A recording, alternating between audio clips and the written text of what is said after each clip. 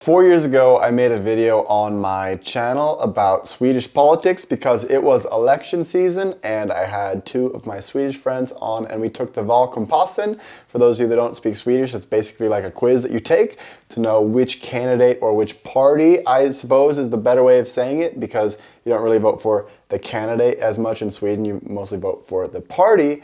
And we took this and we saw what I would end up voting for if I could vote.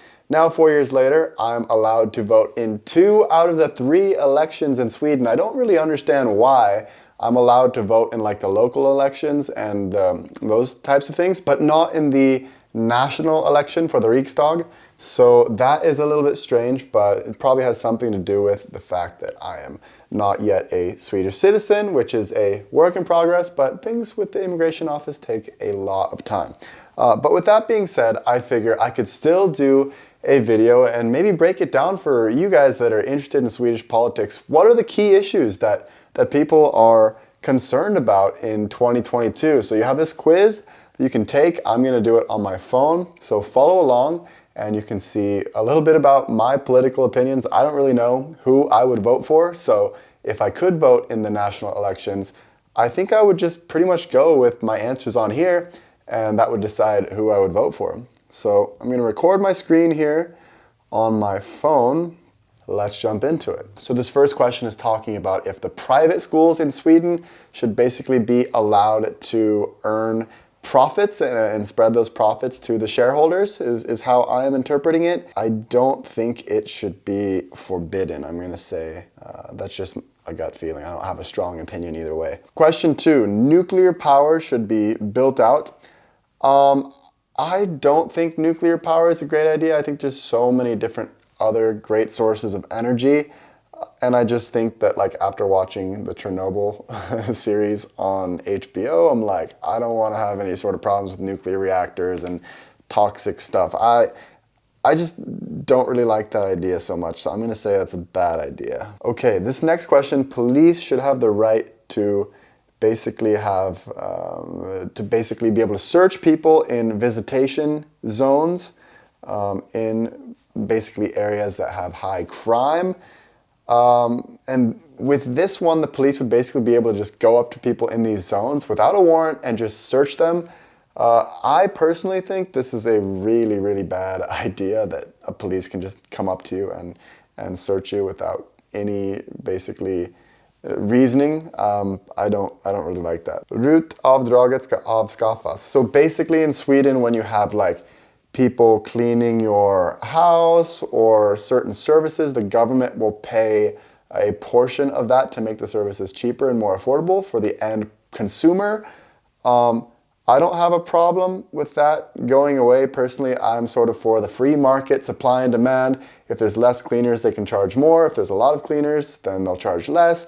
I don't know necessarily why we need to have that, but I can see that it has positive sides because it creates jobs for people and those sorts of things. So I don't have a strong opinion either way. And I just think that if I had to choose one side or the other, I would probably say it's a slightly good idea just based on how I'm thinking about it. Sweden should minimalize, or I guess reduce is a better word, their international support. I think Sweden is such a small country that is already doing so much on an international stage. I would rather that the tax dollars, we really focus more on the life here, because I think we're already doing a lot. So I would say maybe it's a slightly good idea. The royal family should get less money. Personally, I think that is a good idea. You can see they're getting basically $15 million of taxpayer money. When you think about it, there's 10 million people in Sweden, so every person in Sweden is only paying like $1.50. It's not that much. It's just like the idea of having a royal family that's just like born into royalty and gets all this stuff paid for by the taxpayers. Not a super big fan of that. So I'm going to say less money for the royal family there. Tax on oil and diesel, gas and diesel should be reduced. I don't have a super strong opinion. I really like electric cars and I really like the focus on clean energy.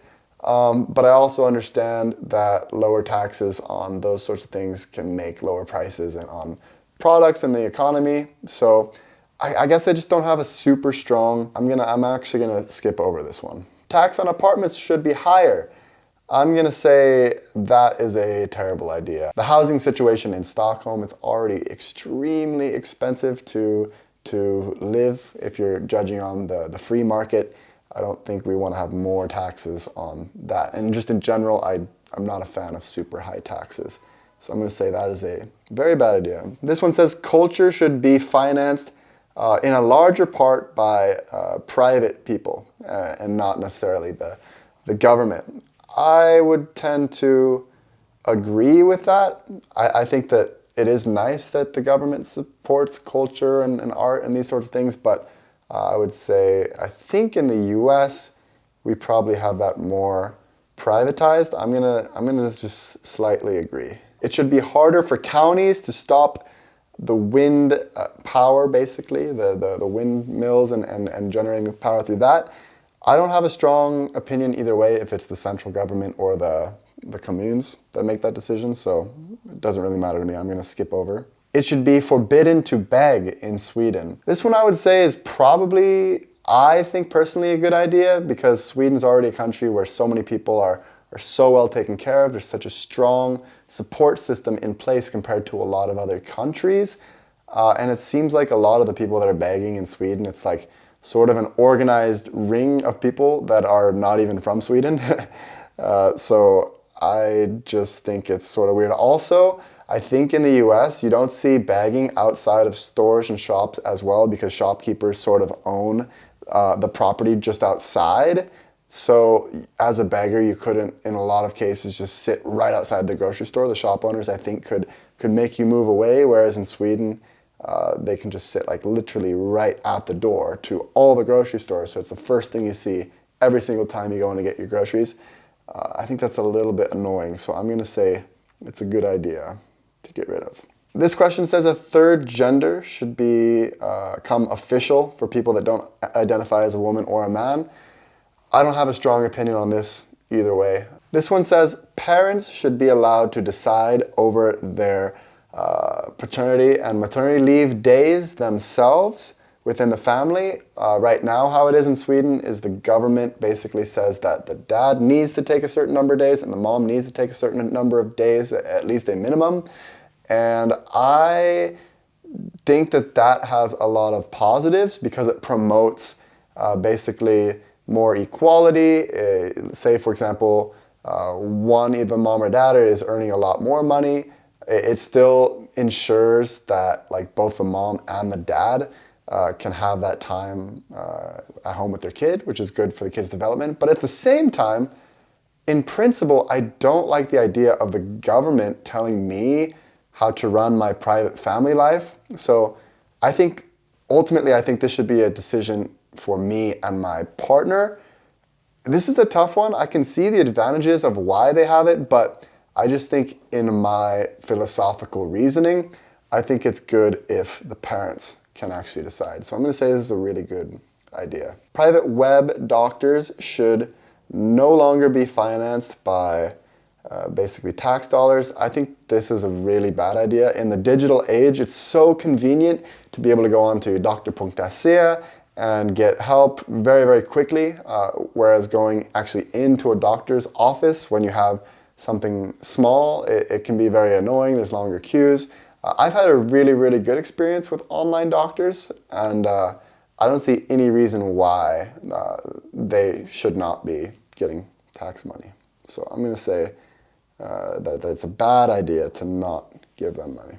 Permanent residence permit should be the main rule in immigration politics. This is an interesting one because I'm an immigrant myself and I have never had a permanent basically uppehållstillstånd or residence permit. I've never had a permanent one in the 4-5 years that I'm living here. I should be getting it now. I actually applied for a permit 15 months ago that will become the permanent one, and I've had to always document that I've had a job, report all of my income, taxes, make sure that I was insured every step of the way.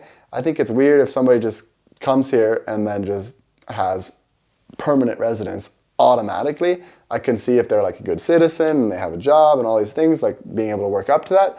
But I would say, as a rule, I'm going to say it's a bad idea that they just automatically become permanent residents. Sweden should be a member of NATO. I think this is a good idea. The temporary hiring of the a-kassan should become permanent. I think this is for people that do not have jobs and we're getting basically benefits.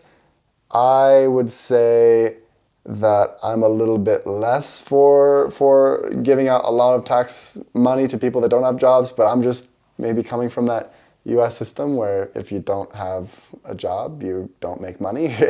We never basically got free handouts as much or wasn't really expecting that.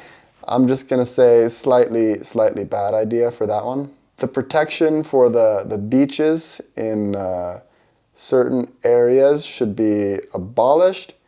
I don't have a strong opinion on this one. I think I'm gonna skip it. We should strengthen the Swedish military with higher taxes.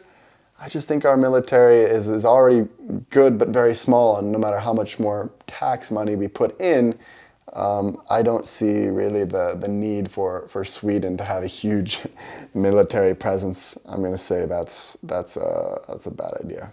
Public service, TV and radio should have a smaller role. So I guess the state TV should be getting less tax money and have a smaller presence.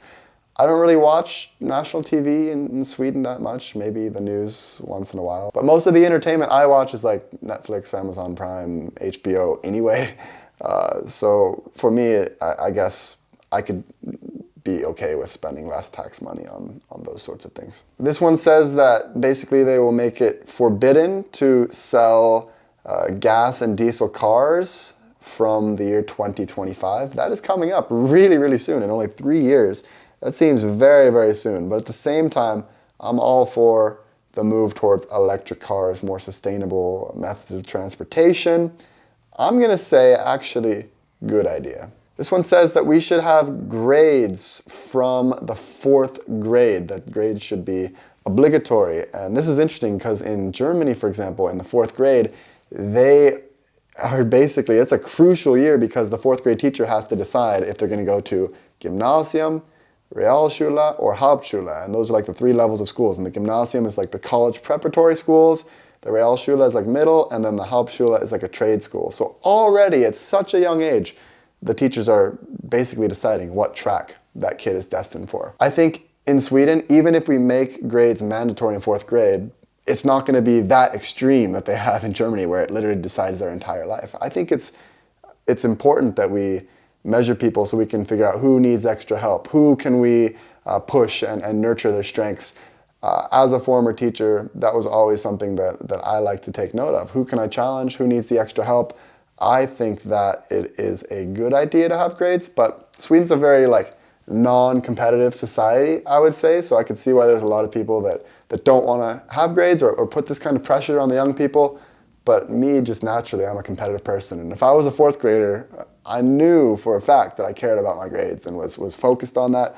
I think it is a good idea to have it. That's just me. More tax money should be shared from the rich communes to the poor communes.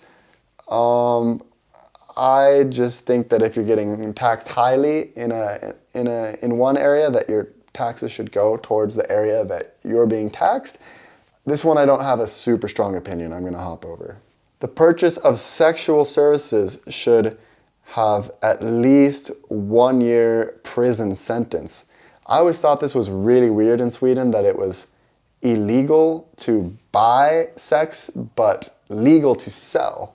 And I think they have these laws in place to protect people that are part of a bigger organization where they don't really have a say. But it's just so strange that it's legal to be a prostitute, but illegal to buy. I don't know. This is a completely different thing, but I just think you should take a strong stand. Either it's illegal or it's legal. I think it should be illegal to both sell and buy. Personally, that's not the question here.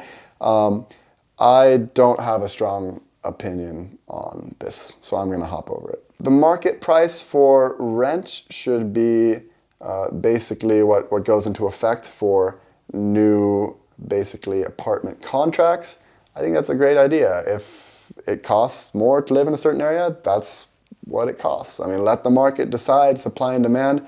That's what it's all about. I never understood how some people have first-hand contracts and they pay, 3,000-4,000 crowns a month to live in Stockholm city center, and the apartment next door is basically somebody who bought the apartment and is renting it out, and that person's paying 15,000-16,000 a month, and it's 3 to 4 times higher. That doesn't make any sense to me. Just because somebody had been waiting in the queue for much longer, because that place realistically is worth at the market price 3 to 4 times more. It seems like a way to cheat the system. It's strange. I'm going to say that the market should decide. If it's too expensive to live in a certain area, then either make more money or move to a different area. I could see how that's like a very American competitive mindset about these types of things, but as somebody that's been living with the market prices of apartments for a very long time, it has been very frustrating when I see people in my communities literally paying, in one case, I knew somebody that was paying 10% for a same size apartment as I was, where I was paying, 14, 15K, and he was splitting something with his girlfriend at 3K, so half the price, was literally paying 10% of what I was paying. That's just insane to me. So I'm going to say it's a good idea for the market price. Sweden should get rid of their plans for the high-speed train. This is really crazy because it was 800 billion crowns to develop this. So $80 billion with a B to develop these high-speed trains. That is a lot. Originally, if I didn't see the price, I'd be like, no, we should definitely have the high-speed trains. When you think about how much money is actually going into this, and you think about, okay, there's 10 million people in Sweden, so every person is paying like $8,000 or something, if I'm doing the math right, for these trains. I think it is a good idea if you just think about the money, but that's a hard one because I do like the trains. You know what? I have to skip over this question, but that is an insane amount of money. The state should take responsibility for healthcare. I think this is a good idea. I think right now it's the individual communities, but I'm going to say it's a pretty good idea to just have everything in one. So this one, basically in Sweden, when you are sick, you have 1 day right now without pay before you get your sick leave pay kicking in. I think it is a good idea to get rid of this, because think about these people that are sick and they go to work anyway because they don't want to go a day without pay. I mean, for me, if you're sick, you're sick. If you're sick, you stay home. And you shouldn't be spreading the sickness to other people. It should be easier for an employer to get rid of somebody who is employed. I would tend to agree with this. I mean, if an employer doesn't want an employee, I think it should be really easy to get rid of them. On the same side, I understand how it can be nice in a society where everybody feels welcome and taken care of, but ask yourself this: if you were working somewhere and you knew the employer didn't want you, why would you want to continue to work there? Why not pursue another opportunity? This is a pretty easy one for me, and especially as somebody who's very entrepreneurial. If I start a business someday and I have somebody working for me that I'm not happy with, I don't want to be forced to keep that person. So I think it should be very easy. It should be easier to get basically permission to open mines in Sweden. I'm not super educated on this. It says there's 12 mines in Sweden right now, and it takes a lot to open new ones. I don't have a strong opinion one way or the other. I'm gonna hop over that. How open should Sweden be to take in new asylum seekers, basically? I'm gonna say Sweden's been very, very generous. I don't think we need to take in more or less. I would say probably the same, or maybe a little less, because I know Sweden has taken in a lot over the years, but I'm going to go ahead and say 3, the same. How much should the police be allowed to use secret listening and overwatching of suspected crimes? I don't know how much we do today, so I'm just going to say the same as today. I'm not really sure. How much should high-income earners pay in taxes? Right now, high-income earners pay a ton in taxes. I mean, it's over 50% when you look at people that own their own companies and have to basically pay all these fees. And that doesn't even count the taxes that you pay when you're buying goods and services. I'm going to say a little bit less than today. I'm not a big fan of taxes, even though we're in a system that has great benefits just in general. Maybe I'm a little bit against taxes because they're so high, and I grew up in a place where I didn't get free college, so that's already something that I paid for and not something that I got to have the benefit of here. The healthcare is really good here. Health insurance is really expensive in America, but I still think when you think about 50% of your earned income not being realized, that's a lot. I think I could probably purchase really good private healthcare for less than 50% of my income as an entrepreneur. How much of the forests in Sweden should be protected? I don't know how much we're doing today, so I'm going to say same as today. Which of the 3 areas should be prioritized? I'm going to say healthcare, the climate and environment, and I'm going to say schools. I think those are good priorities. You have strong schools, strong healthcare, and protect the climate. All right, so now let's go ahead and see my matches. And this is interesting. I got 64% center party, and this is the exact same political party that I got last time, actually. Last time I did the political quiz. And right behind that, I've got Liberalerna. So I'm not surprised. The blue parties in Sweden are more, I guess, conservative compared to the US, or at least the parties that want like lower taxes. And the red parties in Sweden are the ones that want like a stronger welfare state and higher taxes. And I knew that I would fall more on the blue side. So if I look at my results, yeah, center party is highest, and then you got blue Liberalerna, blue Christian Democrats, blue the moderates. Sorry, Demokraterna, that's sort of the party known for anti-immigration. I had 46%. All the way at the bottom, I had the far left party, which is the far left party there. When I was living in Norrköping, they had basically flyers around the city that said like, go communism. And I was like, whoa, as somebody that just moved from America, I was like, that's like a bad word in the US. They're like a very strong foundations in a strong welfare state and those sorts of things. Not surprised that they were last for me. So I suppose if I were to vote in this year's election, I would vote for the center party based on my beliefs and answers. I got them 2 times in a row with this political quiz. I'm curious if this is what you expected my opinions to be, if anything surprised you.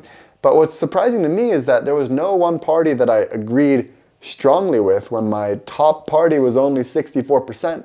That is kind of crazy, actually, that there is no party that captures all of my beliefs in a really good way. And I guess it's better in Sweden compared to the US, because in the US we've got Democrats and Republicans. We only have 2 choices, whereas here in Sweden you have a ton of different viable choices or viable parties that are realistic to choose from. And I like having a more multi-party system. So I'm curious what you guys thought. Leave some comments down below. Let me know who you're voting for, and maybe write some political opinions as well, because I think maybe there's some things that I wasn't super educated on, or maybe some things that I might want to consider from a different point of view. Thanks so much for watching, and we'll see you guys in another video.